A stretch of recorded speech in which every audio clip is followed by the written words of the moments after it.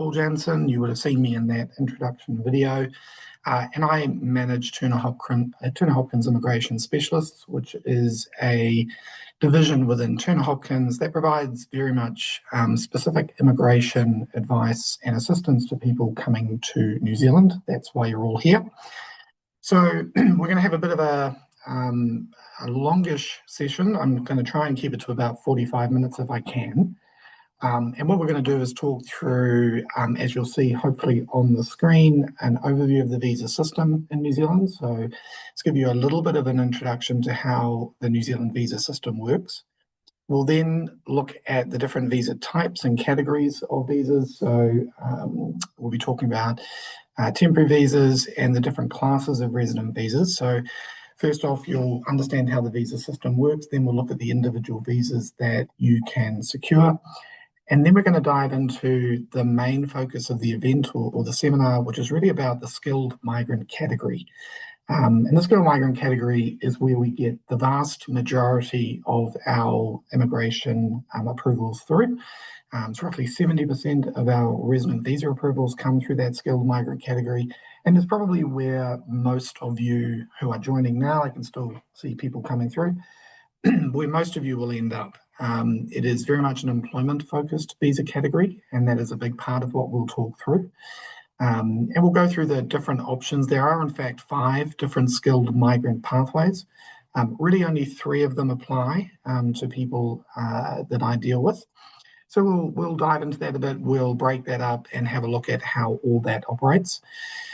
We do have a question and answer session at the end as well. So if you do have a question, pop it into the chat.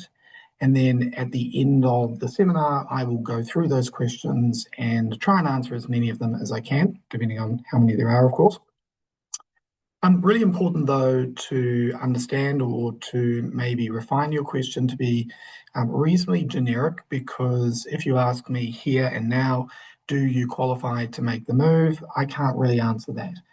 We have approved you to join the event simply based on what you've told us in the registration form. So we believe that there is potentially an option for you, but I cannot dig that much deeper for people on this event. And this event is not designed to tell you whether you qualify specifically, or rather how you might qualify. It's designed to give you a very general overview as to how the system works. If you, having listened to me today, decide, yes, this sounds like something that you could do or that you want to pursue further, then we have a one-to-one consultation process where I do spend an hour with you individually. And we actually talk through what your situation might look like, how you might qualify, and what options might exist for you. So that consultation process is your opportunity to take, I guess, the next step and to have a look at the options for you, particular visas that you might apply for, but not just the visa process. We spend quite a bit of time talking about the relocation as well, what it means to actually migrate. And that's a bit of a bigger question, I guess, than just the visas. Visas are important, obviously. That's what I do and have done for over 20 years now. But actually understanding what's involved in the move is also really, really key. So I'm just going to switch the video off for me. You've all seen my face and that what I look like, which not the best at 7 o'clock in the morning, and having to, where I live is about an hour away from my office, so a very early start for me. I'm going to switch that off and so you can all focus, I guess, on the PowerPoint itself. So before we dive into the overview of the visa system, I also did want to talk a little bit about New Zealand, because that's where you're moving to. And, it is a fantastic country. It's a great place, but it's not perfect. And I think the advice that I like to offer to my clients and to those considering the move is that if you're looking for perfection, you're not going to find it in New Zealand. If you're looking for somewhere that is progressive, that offers fantastic lifestyle opportunities, good employment opportunities, and potentially a country where your children can grow, be educated, and have the same opportunities, then New Zealand is a really good choice. But you have to understand that it comes with its own issues, that settling in here is not a straightforward process. And generally, you tend to go through lots of ups and downs as you make the move. I often counsel people who are trying to escape somewhere, so they've decided where they are is no good, and they want to move to somewhere that's going to be, sort of, I guess the honeymoon version of life. They want to live somewhere where everything works and everything is perfect. And New Zealand was almost that, but it isn't. It isn't perfect, and you will find there are some challenges along the way. So just be, I guess, as a migrant, be prepared for those challenges. And if you are prepared, often the move goes a little better for you. We do a lot of that with our clients. It's about keeping it, I guess, keeping it real and realistic, and making sure they understand that those challenges will surface, and that they will at some point stop and wonder, did they do the right thing?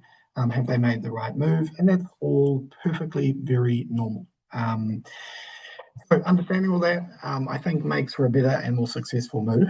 But when we do the one-to-one consultations with people, we do go into that in a little bit more detail for their individual situation. Also, I would, I guess, suggest that at the moment, New Zealand is coming out of very slowly a recession. Our recessions tend to be quite shallow, so we don't tend to sort of fall into that recessionary trap too much. The job market here is a lot softer, though. Post-COVID, we had a massive rush of migrants coming in, about 140,000 approvals for temporary visas, which in a country of only 5 million people is a lot. And then the labour market cooled off, as most countries have struggled with that post-COVID sort of sugar rush of all the money being pumped into the economies to keep things going, and we're weaning ourselves off that. In the last 6 to 12 months, we've seen a lot more interest from employers. They're popping up and starting to understand that that shortage that New Zealand tends to suffer from, that labour market shortage, is on the horizon again. And so I suspect we'll see more and more employers gearing up towards the middle or end of this year to really start looking at offshore hiring with more vigor, more gusto, I think. So there is going to be a bit of a pickup. And our biggest issue in New Zealand is that up and down of people that we need. We go through cycles where we don't need so many people, and then suddenly we need everyone.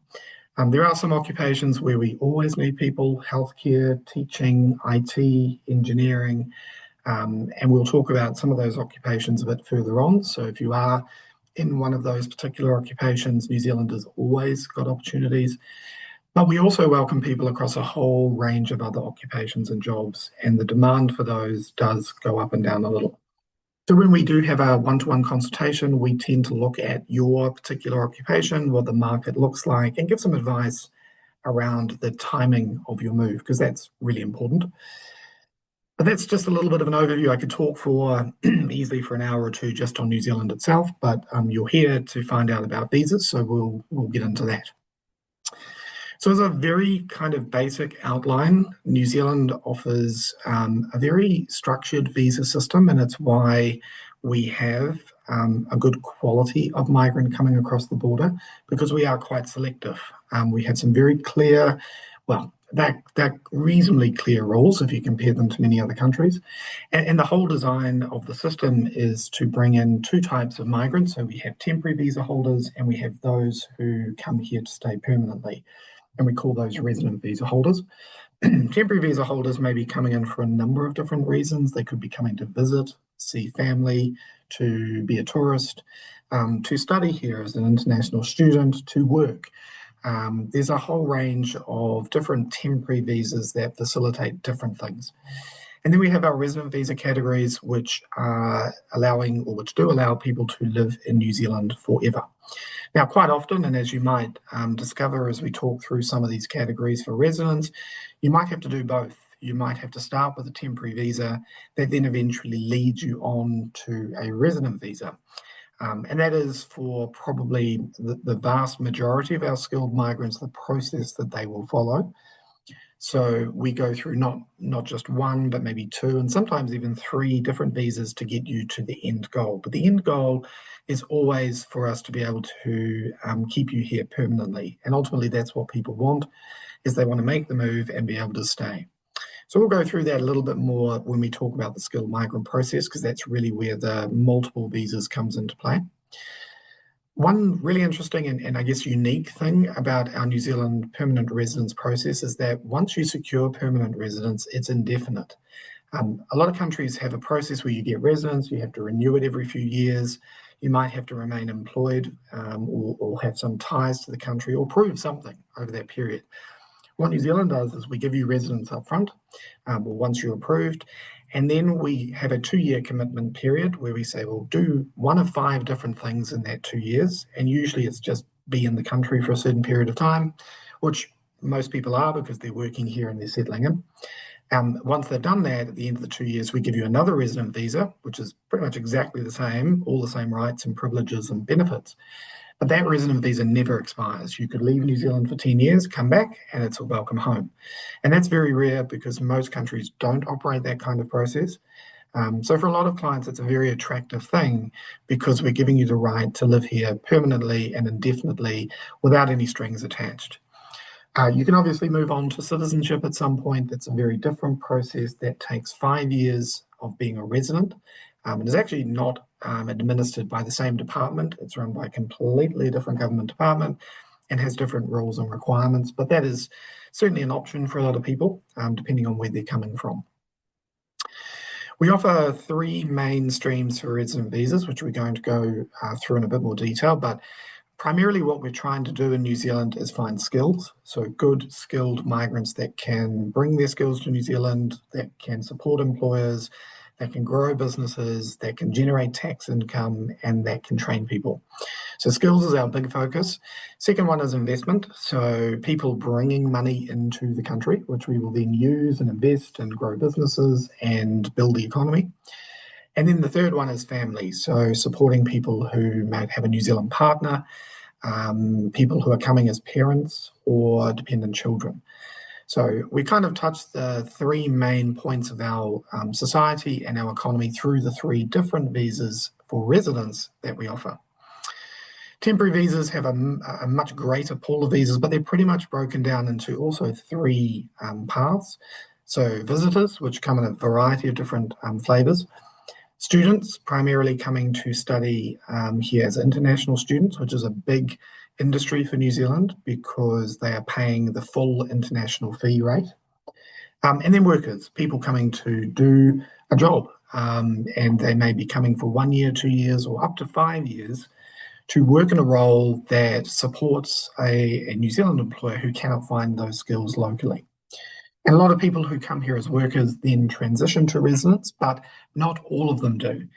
And I think one of the really important things, and it's a bit of a trap for a lot of people who go online and any number of Facebook groups where they'll say, oh, come to New Zealand, get a job, and everything will work itself out.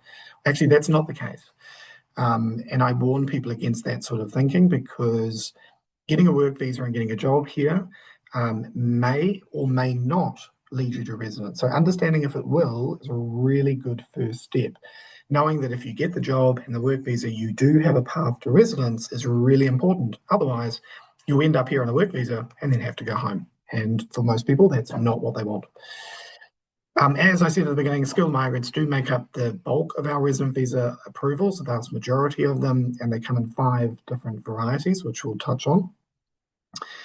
And understanding how you qualify for residence often involves looking at different visa options. So, excuse me, different visas all tied together in a kind of a daisy chain. So to give you a really simple example of how that might work, you might be a qualified accountant with a degree and lots of good experience, and you're keen on pursuing New Zealand. So your first step might be to come to New Zealand as a tourist, as a visitor, to look for work. And it is not illegal to do that. So there's a lot of myths and rumours about that. You can come to New Zealand as a tourist and seek out employment. How you apply for that visa and what you say to immigration is very important and something you need to be very careful with, but it is something you can do. So that's your first visa, is a tourist visa, simply to get you here to make you more employable. And the simple fact is being in New Zealand will make you more employable. If you're sitting offshore trying to find a job in New Zealand would be the same as me sitting in New Zealand trying to find a job in the UK. It's going to be a struggle because employers cannot see how committed or serious I am. They cannot talk to me on their time frame. It is just logistically more challenging. So coming to New Zealand to find work is something that we recommend where people can do it. Not everyone can, but assuming you have the ability to do that, then you would travel here on a tourist visa, find the job offer. Once the offer is secured, you would then move on to a work visa. You don't have to leave New Zealand to do that. You can transition from one to the other. And then that work visa will potentially, if we've done the right assessment for you and you've got the right profile, lead on to residence in either 1, 2, or 3 years, depending on what your situation and profile looks like. So then, in fact, your process to get to residence was not just one visa, but was in fact three. Some people can qualify directly for residence, and again, we'll talk through what that looks like when we get to the skilled migrant category. But for the vast majority, there will be a combination required, a combination of visas required to make this work. Okay, so in terms of temporary visas, we'll go through those reasonably quickly. And then we're going to dive into more detail on the resident side of things, which is really why people are here. And remember, if you have questions as we go through, please pop them into the chat, and so I can curate all those at the end. In terms of temporary visas, we'll start with visitor visas, and they cover a variety of different things, mostly for people to come here, have a holiday, visit family, travel around, and then leave. But some people do, and it is entirely possible to use this or to facilitate a job search using that visitor visa. You cannot work while you're on a visitor visa, that's fairly obvious, but you can be here attending interviews, talking to employers, and canvassing the market with your skills to try and find that job offer. Generally, they're issued for between 3 and 6 months at a time, depending on where you come from and what you're coming here for, and often multiple entry, allowing you to come and go. Work visas is the next one. That's a fairly big chunk of our temporary visas. We get a lot of people coming here on work visas just temporarily. And again, some of those will transition to residence, but not all of them. And work visas have a 3-step process now. They never used to, but they do. And it's all based on employers being accredited with Immigration New Zealand. So if you're out there researching the visa process, you probably will come across the term accredited employer work visa. And what that means is that in order for an employer in New Zealand to recruit a migrant, they have to become accredited first, which essentially means they go to immigration, and immigration checks that they are a viable, genuine business that will look after the applicants or any work visa holders that they have. So that's step number one. And at the moment, there are over 30,000 accredited employers. There's a very large pool of them. And securing accreditation for a well-established company is not a difficult or onerous process. So often people, when they start the job search, they focus on the accredited employers, which is normal and makes sense. But in fact, what I say is just apply to anyone and everyone, because if you come across a really good job with an employer that is not accredited, we can potentially secure that accreditation for them reasonably quickly. Once they've done the accreditation, then, and if they wish to hire a migrant, they do a job check. And a job check is where they take the job that they're trying to fill and give it to immigration, providing evidence that they have tried to fill the role locally. That doesn't apply to every job. So if you're a teacher, for example, or a nurse or an engineer or an IT professional, they don't have to prove there's a shortage. The government already knows there is. And so in those roles, the job check is just basically a check of the agreement, that the terms are correct, that the pay is fair, that everything looks in order. Once that's approved, then the employer can invite the applicant to apply for the work visa. And the work visa process is now much simpler because all of the other stuff has been done. Job has been checked, the employer has been checked, so we are onto the work visa. And this work visa system replaces what was previous to this 6 different work visas. They've all been squashed into one. Most work visas for those who are in good skilled occupations are issued for 5 years. And here's the really important part though. Once you've done your 5 years, you must leave the country for 1 year before you can come back. Unless, of course, you qualify for residence. If you qualify for residence, which is the goal, then you'll generally get that resident visa within that 5-year visa. We then have student visas. Student visas are used for people to come here and study as an international student, meaning you're paying the full international fee rate for that course. That can be pretty expensive. Not impossible, but what we tend to find is that the student visa pathway is often very heavily sold overseas as a pathway to residence, but it isn't always a pathway to residence. So a really good scenario or comparison to give you is someone I spoke to a few weeks ago who was an engineer and was looking to come here and find work, and had been told by an overseas agent that the best way to do that was to spend about $30,000 on a master's degree, come to New Zealand, study, get a work visa at the end of it, and then off you go. And my response was, yes, but you still need to get the job at the end of it. You've spent $30,000 or more to get an open work visa to find the job. You could spend a fraction of that $30,000 to come here on a visitor visa, look for a job, and go directly to a work visa.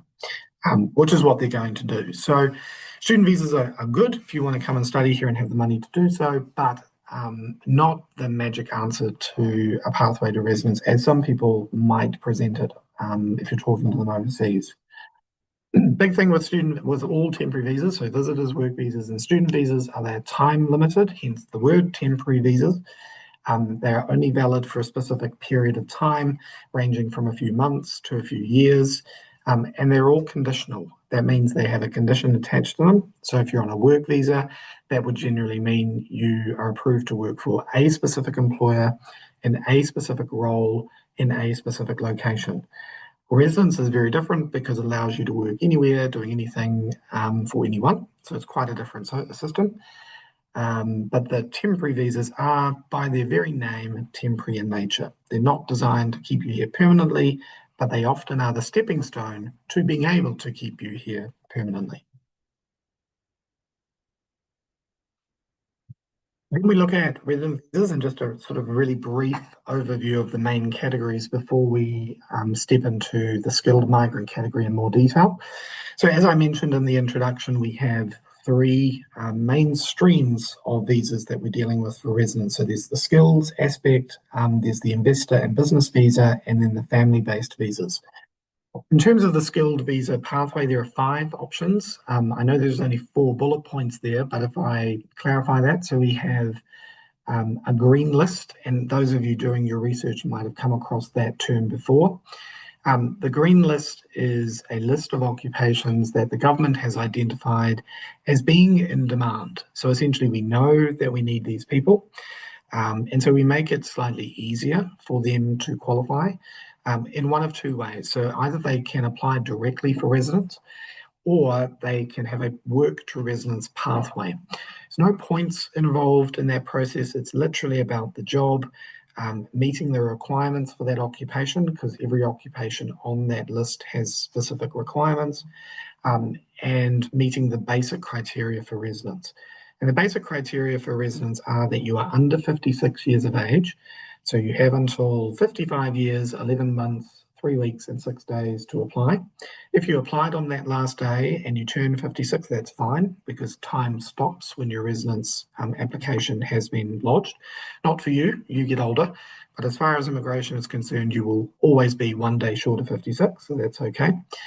You need to speak English, and we do have English testing for certain people, or exemptions if you come from specific countries, and meet health and character requirements as well, which means be of good health, but you don't necessarily need to be a triathlete, and be of good character, but you don't have to be a saint.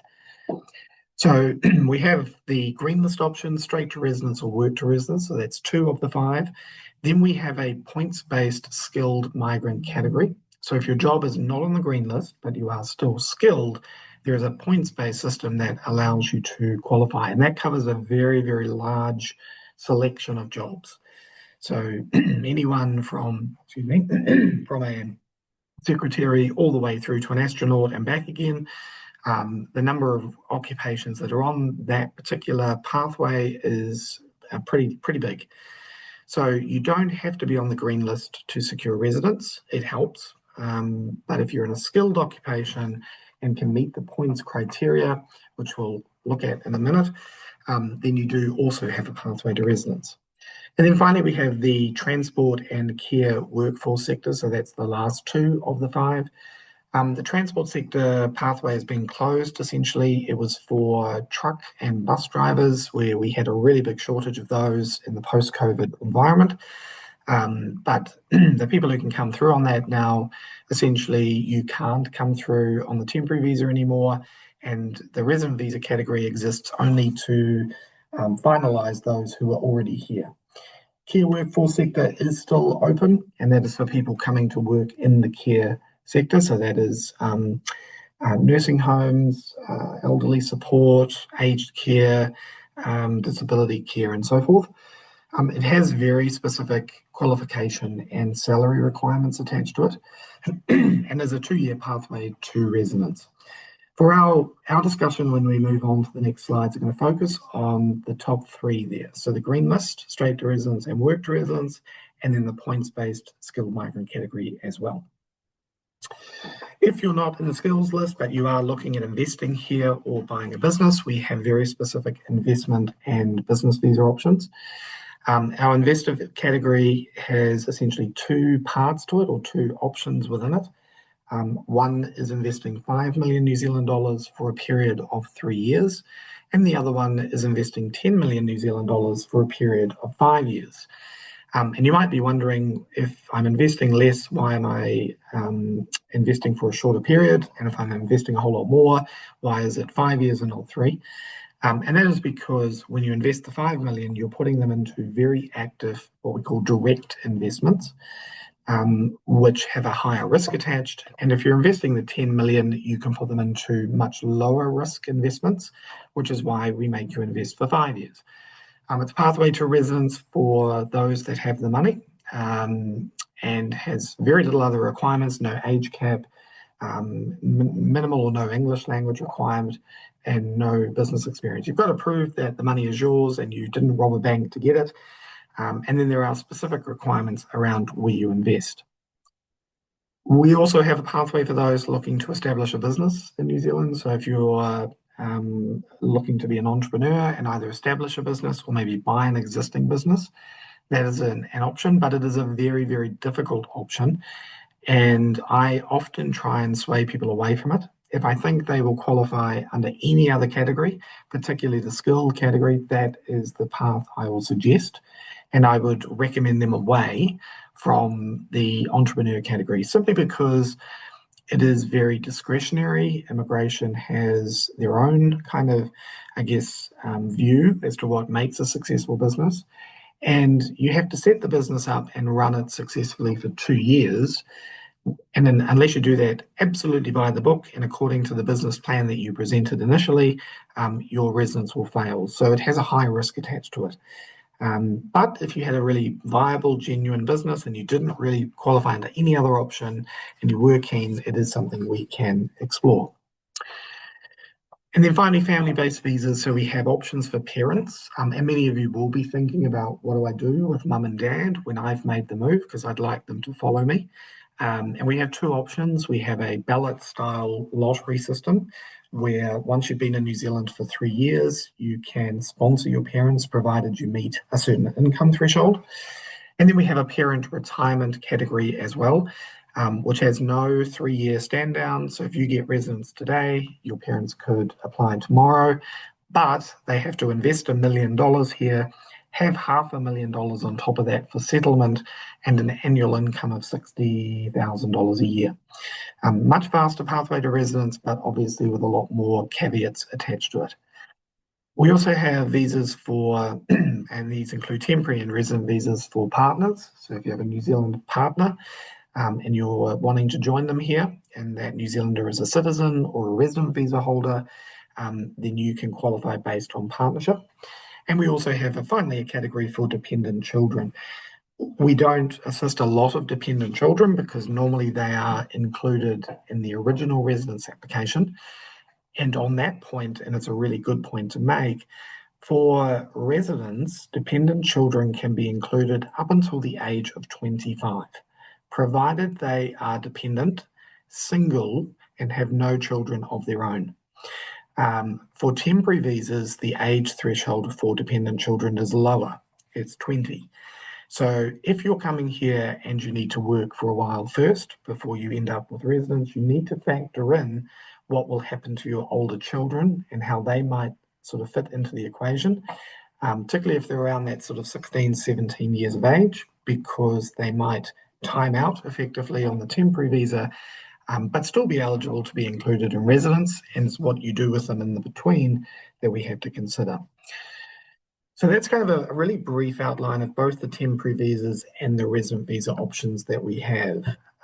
Our business also deals a lot with what we call visa intervention, and that is where people have gone off the rails. They may have made a mistake, they may have been poorly mistreated by the system, their application may not have been decided properly, and we can become involved in things such as appealing applications, if you become liable to be deported, if we need to seek a resolution to your application, Section 61s, which are if you are in New Zealand unlawfully. And of course, if you worked with us, that would never happen, but some people do end up unlawful for various reasons, and we can assist them out of that with a Section 61. Or where we need to approach the minister. And our system is one where the Minister of Immigration has absolute unfettered discretion to grant a visa to anyone for any purpose at any time. And there are situations and circumstances where we might need to approach the minister to grant a visa or to make an exception for someone who we think is really, really qualified. A very common way of doing that, and one that we're looking at the moment for someone, is where they're too old. So we have someone who's a highly qualified medical professional, tons of experience. There's no one like them in New Zealand, and we are seeking a request from the minister to waive the age requirement because they're actually 60 years of age.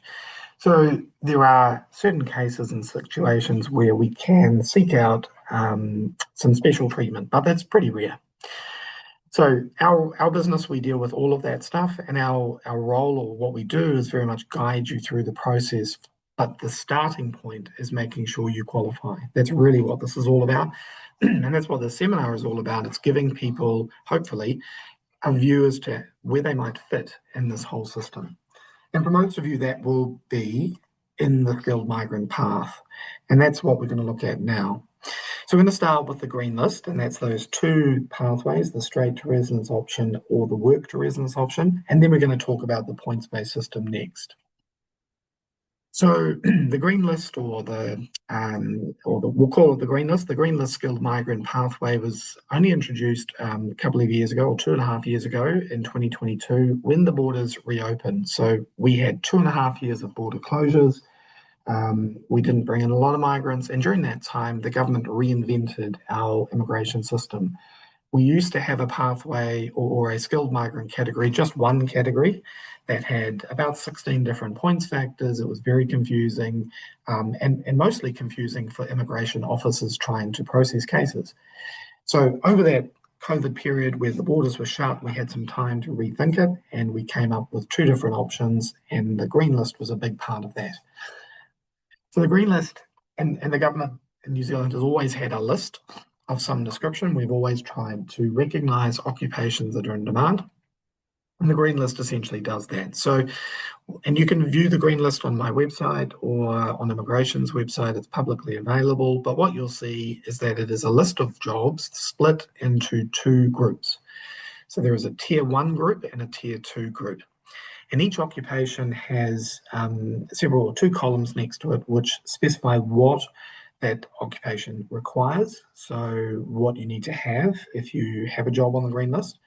And often that is things like having a particular qualification, or having a certain level of income, so earning a certain salary, or maybe being registered in New Zealand. And the two parts of the list, so the tier one occupations, which tends to be things like IT professionals, engineers, health professionals, quite specialist jobs, basically. Jobs that have either a degree level qualification attached, or you need to be registered in New Zealand, so a teacher or a doctor or a dentist, and come with a good level of skill. Those tier one occupations have a direct straight to residence path. That means if you secure a job offer here in New Zealand with an accredited employer and you meet the requirements of the green list and you have a job on that green list, tier one, you can skip temporary visas, go directly for residence, and it will take between 6 to 8 weeks for most applications if they're well prepared and have all the documents to be processed. And it's pretty quick. In fact, that's probably one of the quickest resident visa issuing processes globally. Most countries take months, if not years, to consider a residence visa. New Zealand will do it in under 2 months. Things can slow that down if there are medical issues that need to be reviewed or documents that need to be verified. There are a number of things that might slow that process down, but generally, for a good quality tier one straight to residence, you're looking at under 2 months. So the really important part is to make sure that you're prepared for that application, you've done your homework, and that's our first step with a client is to do all that document preparation, get everything ready. Then find the job, and obviously that might entail coming to New Zealand.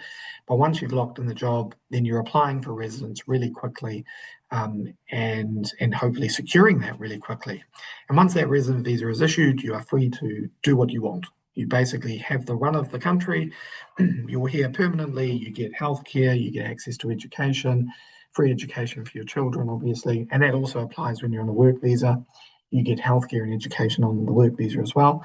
But residence gives you the right to be here permanently. You can work in any job you like. You'll usually start with the job that got you the visa in the first place, but you might move around after that and you're free to do so. And that resident visa application includes yourself, your partner, your spouse, and your dependent children. So that's the straight to residence option. But then we have another one, which is tier two of the list. If you scroll down the list, you'll come to the bottom, which has a different group of occupations. And they are not on a straight to residence path, but they're on a work to residence path. And that essentially means if you've got a job in one of those occupations, they tend to be trade occupations, mechanics, plumbers, electricians, that sort of thing. If you secure a job in one of those occupations, your first step is to secure a work visa, and that will be valid for 5 years. And then after working in that occupation and meeting the requirements of that list, which is usually being registered, maybe having a specific trade qualification or earning a certain amount of money, after 2 years, you then qualify for residence. There is no points-based system there. It's literally just work in that job in New Zealand for that 2 years, meet the list requirements, and you will be processed for residence, which will take about 2 or 3 months, so reasonably quick. Probably the most important part of this green list is that people tend to focus only on the job. So they say, okay, well, I'm an engineer, so I'm on the list and I've got a job in New Zealand as an engineer. Away I go. Unfortunately, they forget that the list has requirements for the job. So for an engineer, they have to have a very specific kind of qualification, not just any degree, but a particular kind of degree that we will recognise under our engineering accord. So each occupation on the list has those kinds of requirements, and you need to make sure you meet those before you consider this as a pathway. But if you do meet those, it's a very, very good pathway. And gives people residence directly. It's fast, it's reasonably simple in terms of what you have to prepare, and it is gives you the residence straight away, which is a massive advantage. So that is the green list. So tier one, straight to residence, tier two, work to residence. And our first step with most applicants when we're doing a consultation is to identify where do you fit and do you qualify on that list? And if you do, what does the job market look like for you? All right, so, and remember, any questions, pop them in the chat. There's a couple coming through now. And now we're going to dive into the points-based system, which is the other option if you're not on the green list. So you might still be skilled. And a good example, one that I use often, is accountant. So if you're an accountant and you've got a degree, it's a skilled job. And New Zealand will want that. There'll be employers here who want good quality skilled accountants, but they're not on the green list. So how does that work? Well, that's where the points-based system picks up all the people who don't appear on the list, but who are skilled. And we measure that skill in 3 different ways. And then we have a point system to determine how quickly you will get residence through that process. So on the screen, hopefully you'll see there is a table, two tables there. The big table has 3 columns. The small one just has the 1 column. Well, it's kind of 2, but really 1. And what you do is you start with the big table, and then you look at whether or not you need to top up the points from the small table.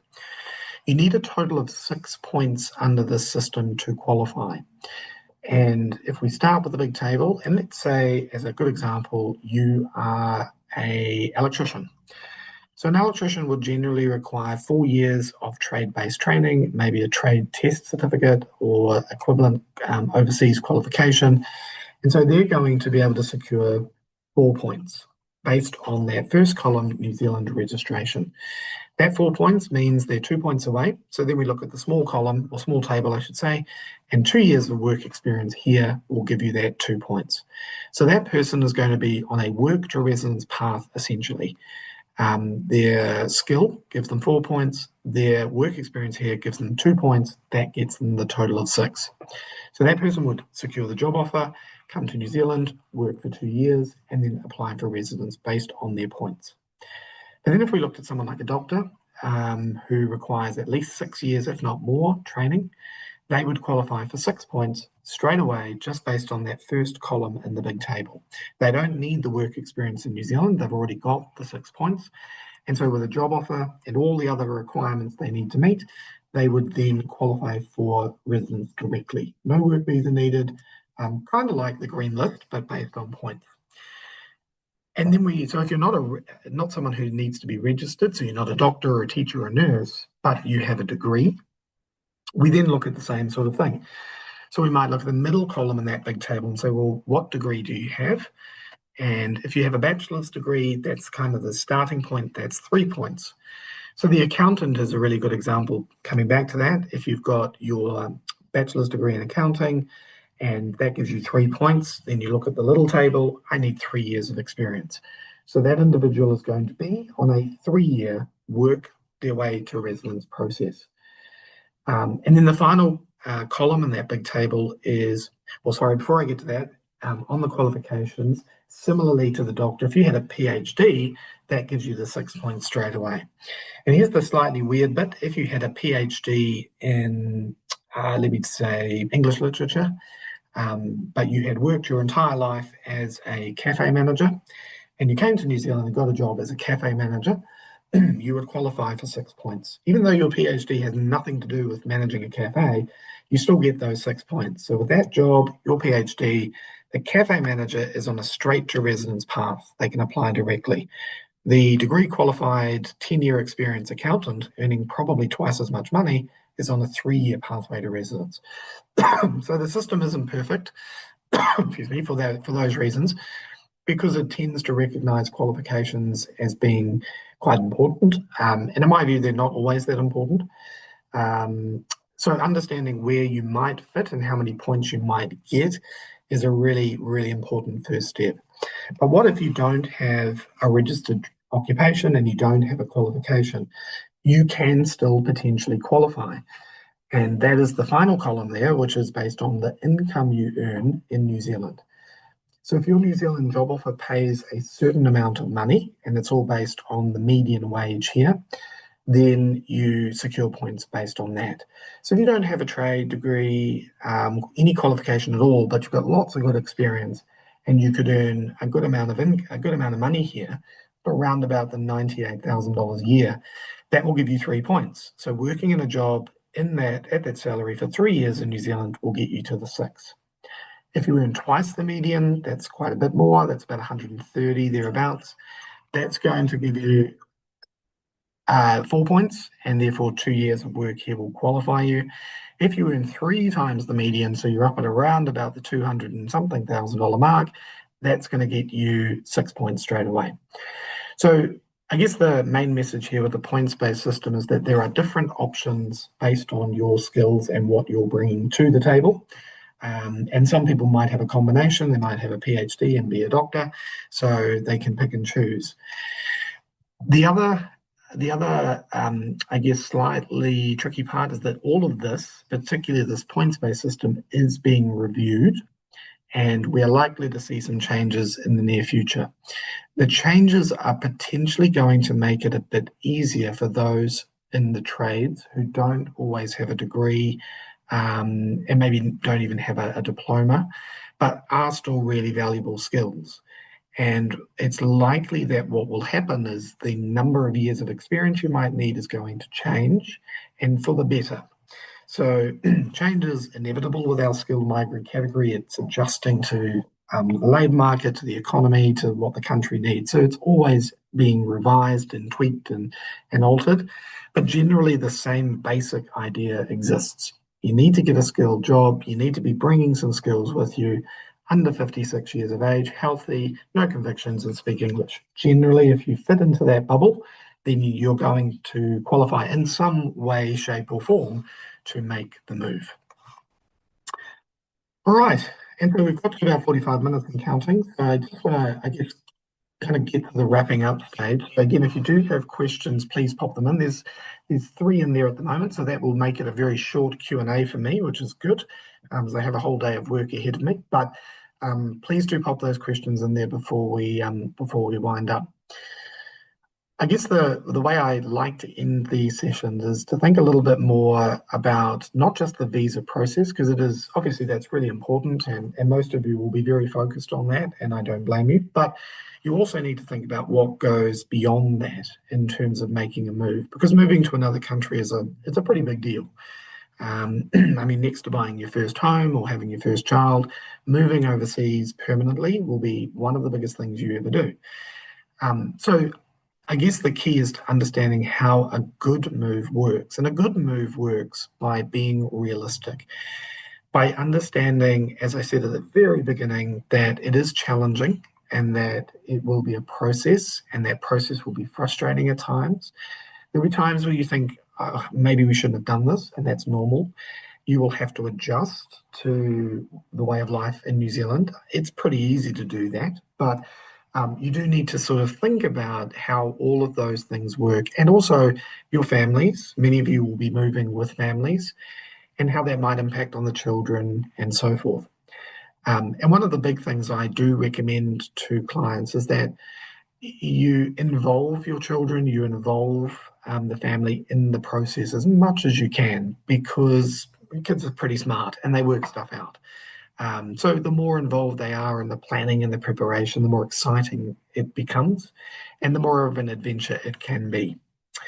But I have sort of, I guess, come up with 4 golden rules, if you will, or 4 bits of advice that I give people, which mirrors the way we work with our clients. And number 1 is be prepared.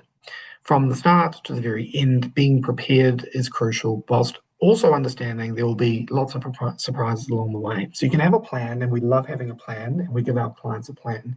But we also say that plan might actually change a few times as we move along, because there are certain things that are a little bit unpredictable. A great example of that is I have people often say, well, I want to move to New Zealand and I want to live in Christchurch because that's where we had our honeymoon. We've been there many times. We love the mountains. We love being in the south.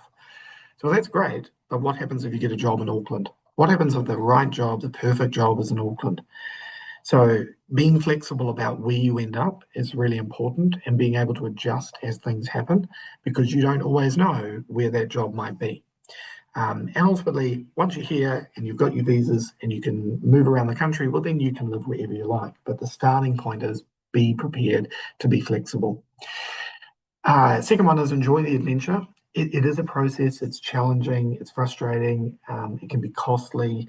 There's a lot involved in it, but enjoy it as much as you can. You know, take each day as it comes. Work through the process methodically. Be prepared, but be prepared to change and adapt and adjust. Third thing is take the advice. Be surprised how many clients I bring on board who then still rely or still look to things like Facebook and chat groups, and there's so many of them for the advice. And my advice is ignore it. My job is to give you the advice you need, not what you want to hear, but what you need to know. And so sometimes that might not be the nicest thing in the world to hear, but I'm telling it to you because you need to understand it. And I often say to clients, I say to all my clients actually, you like me at the start, you'll love me at the end, but in the middle, you might not be that happy because I'm paid to tell you what to do. And sometimes that can be uncomfortable, particularly if I think a client is not following the advice or going off track a bit, then I will push them to make that work. And then finally, again, it sort of mirrors the first one, be prepared for change. Visa process does change, rules change. We have new policies popping up, we have adjustments to policies. But over the 20 plus years that I've been doing this, the same kinds of migrants qualify. The people with the same kinds of backgrounds who can bring the same degree of skill and I guess benefit to the country are the ones that make it through. And the biggest change we ever had was when we adjusted our skilled migrant category many years back. Massive change in the way the points were marked and structured. And at that point, we had around about 240 clients in that middle of that process. And when that change occurred, only 3 of them didn't qualify. And they were already very close to not qualifying anyway. So they were on the sort of higher risk category. All the others still qualified. Change in process, but still could make it work. So be prepared for change. That's how this process can work. And that's very much what we do. We have a 4-step process that we work through with people, which is essentially plan and prepare, which is all the documents and the admin and the getting you ready for it. Excuse me. Then the job search, which we assist with. We're not recruiters, so I don't find jobs for people, but I help with CVs, cover letters. It's all common sense stuff that we do. Third is the temporary visas if you need them. And then the 4th is residence. So those are our 4 steps to get to the end goal, which is having you living and working and settling in New Zealand. And then finally, word to the wise, nobody can convince you to make the move. It's got to be your decision. You'll talk to friends, you'll talk to family, you'll talk to people who will say, yes, come to New Zealand, it's wonderful, make the move, it'll be the best thing you ever do. Reality is, only you can decide that. And you'll know, and I call it the light bulb moment, where you'll have done the research, you'll have gone to these seminars, you'll have spoken to someone like me, and you will wake up one day and say, yep, we're going to do it. And if you don't have that, then don't do it. It's a simple fact. It's a bit of a gut feel, it's a bit of a leap of faith, but you've got to be convinced and you've got to be committed to it. That's my advice, having done this for so long and having moved literally thousands of people. I've learned a few things along the way, and that's how I would summarize it for you.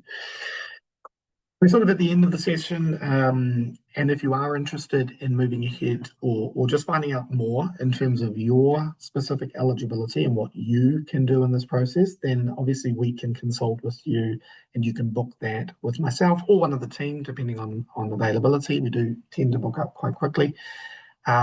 What we tend to do in that situation is ask you to do a more detailed questionnaire. Some of you might have already done that.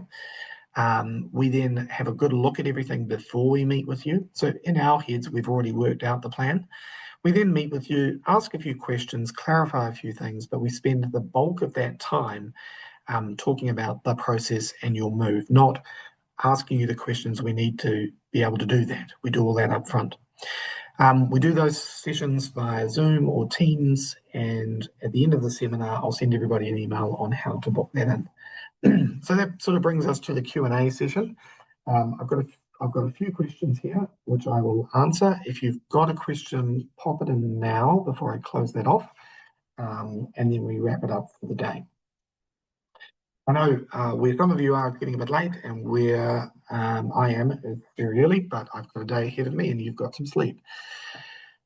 All right, so we'll start off with the first question. Any chance we can cover the health requirements, health check, and how that affects dependents?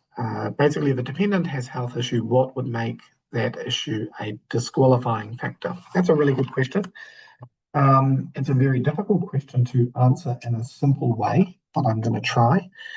So New Zealand does have health screening requirements for all visas, and they're actually different. So the level of screening done for a temporary visa is different to that for residents.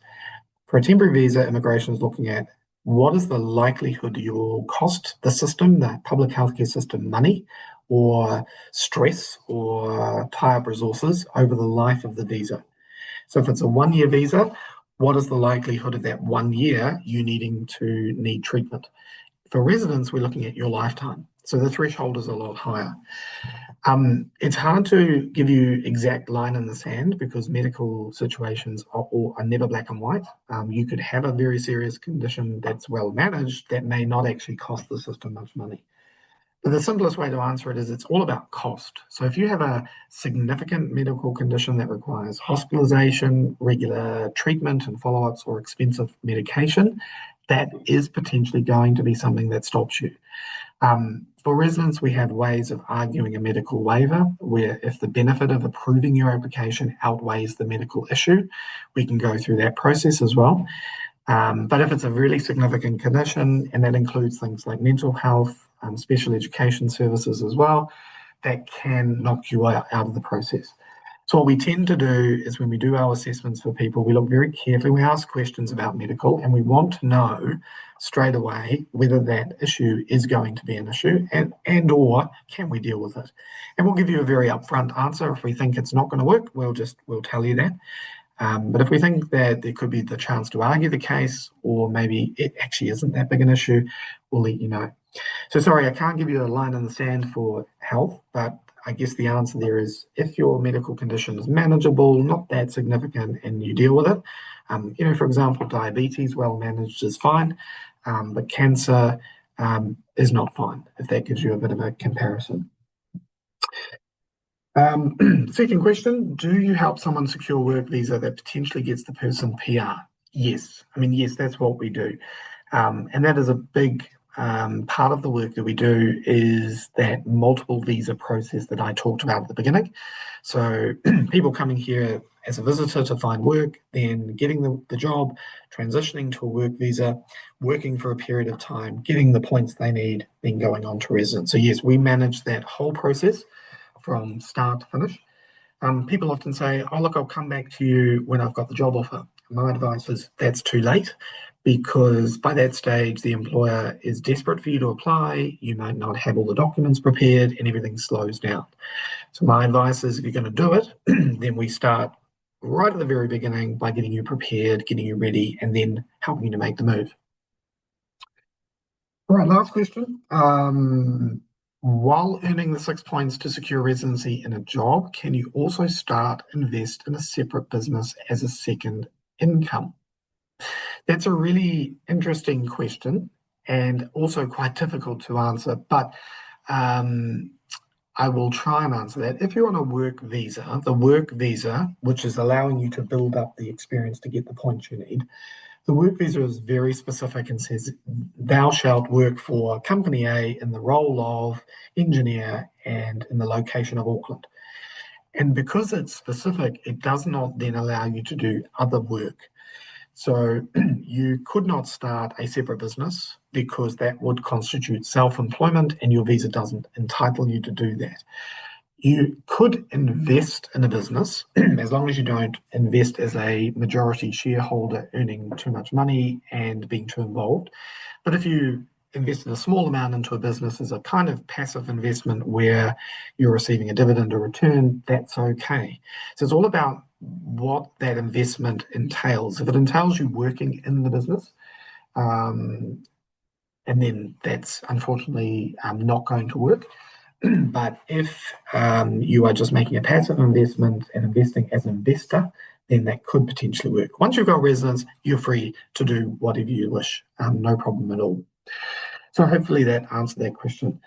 And there is one that's popped up quickly, and someone's had to drop lunch off at work for someone, so we'll let them go. But the last question here, and then we'll wrap up, is registration, e.g. as a social worker, compulsory before you start applying for a visa? For certain occupations, yes, it is. So if you're a teacher, for example, you can't actually be employed as a teacher unless you're registered. So having registration is absolutely crucial. Some occupations, and this includes social work and counselling, registration is by membership, which means that you should become registered because it's useful. You could secure a work visa for that job even without registration, but to qualify for residence, you would need to get registration. So the registration isn't by law, so you can work in that occupation without being registered, but immigration only wants those who are registered to qualify for a visa. So it's very occupation specific. The vast majority of those registrable occupations, however, do need to have that registration beforehand. And that's something we would do before you start looking for jobs directly, because otherwise you're probably wasting your time. Most employers are not really going to take you seriously unless you do have that registration in place. So that brings us to the end of the session. Thank you very much, everybody, for your time and for attending. And I know timeframes are a bit tricky, but as I said, if you are interested in pursuing this further and would like to book in a consultation or a meeting with me or the team, just get in touch and we can set that up for you. Have a wonderful evening. Thank you all, and we'll hopefully hear from you at some stage. Take care.